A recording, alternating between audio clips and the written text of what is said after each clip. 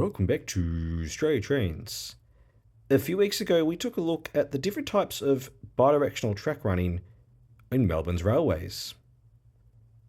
For instance, we took a look at terminating locations like we see here at Bayswater Station, as well as sidings like we see here in Bayswater Sidings. There were other examples that we looked at, including some of the new signalling as part of the Metro Tunnel, the CBTC signalling, which does allow for bidirectional running. However, there was one major bidirectional running aspect that the video didn't cover, and that is what we're going to take a look at in this video. In this video, we're going to take a look at the Werribee Line and why it is so unique when it comes to signalling on our network. Hope you enjoy the video. We're going to quickly take a look at a quick diagram of the Werribee Line and make it clear which section of track we are talking about. Here is a very basic map. Starting from the right where Footscray Station is west of the CBD. And this is where the Regional Rail Link and the Sunbury Line split up from the Werribee and Williamstown lines. This includes the Geelong, Ballarat, Bendigo lines. And then the green will represent the Werribee, Williamstown lines. And for this video, we are talking about the track between Newport and Werribee, so essentially from Newport South onwards. So when referring to the Werribee Line, we mean literally the track that only consists of the Werribee Line. Most of Melbourne's railway network on each line consists of two tracks. The up track is the track where trains travel towards the city, and the down track is the track that trains travel from the city to the suburbs. Think of it like a road. Each side of the road is designated for cars to travel in opposite directions. And if a car was to travel on the wrong side of the road, that would be highly illegal and incredibly dangerous. A logical principle that the railways follows most of the time. Take the Werribee Line here, where there is no actual designated up and down track beyond Newport. This is because each of the tracks are bidirectional. Rather, they are given the names East and West track. The East Line is where trains typically travel in the down direction, like we see here, and the West Line is where trains typically travel in the up direction. However, this is not always the case. Just before we continue, if you've noticed that there is a third track, you are correct. The track closest to us here is actually standard gauge, which is a slightly smaller gauge than broad gauge, which is what the Metro suburban trains utilise, such as this Extrapolis 2 crossing here. Funnily enough, this standard gauge track is actually also bidirectional, but is not actually part of the Werribee Line per se, so we'll ignore this track for the purpose of the video. Because the tracks are bidirectional, meaning the signalling allows for train running in either direction on either track, trains can therefore originate and terminate at any station along the Werribee Line between Newport and Werribee. The Altona Loop, that is Seaholme, Altona and Westona stations, that extra loop of track is mostly single track and therefore bidirectional, but for the purpose of the video, we're going to take a look at just the main line. So that is the express track that runs from Newport to Laverton and then all the way to Werribee as well.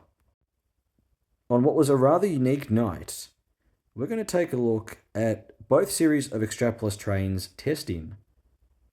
These trains only ran between Newport and Aircraft, with the Extrapolis 100 train only running on the east track, and the Extrapolis 2 test train only running on the west track. Here comes the Extrapolis 100 train with special on the headboard.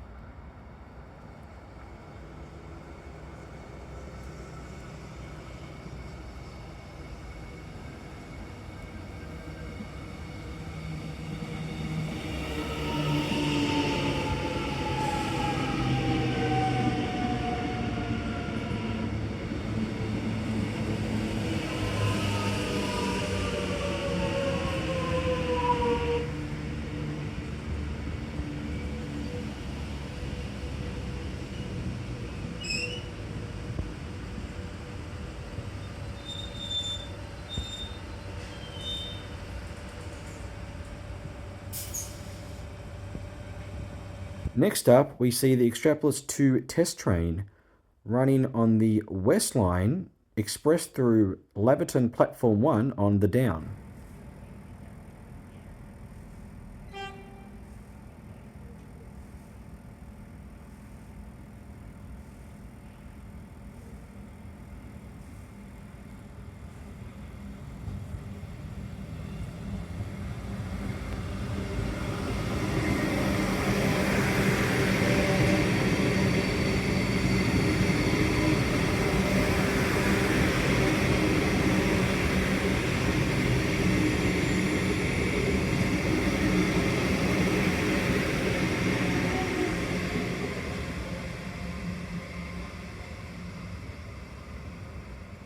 This is where the intricacies of the bidirectional running really show. Here is the Extrapolis 2 test train terminating midsection between Laverton and Aircraft, getting ready to run back to Newport sidings on the West Line, with the Extrapolis 100 test train making an up Aircraft move on the East Line towards Laverton.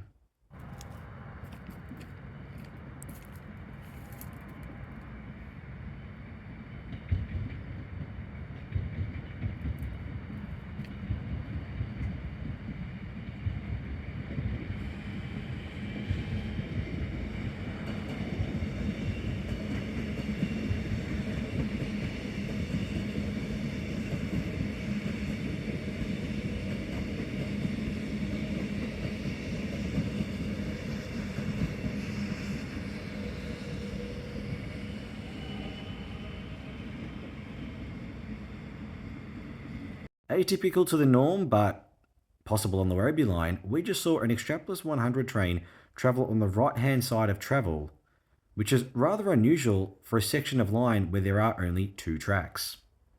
Not to mention, on the other track, a train terminating mid-section thanks to the signalling, allowing it to return back to Newport sidings. Thank you so much for watching. Hope you've learned a thing or two about the signalling on the Werribee Line, and I think we'll leave it at that. Cheers!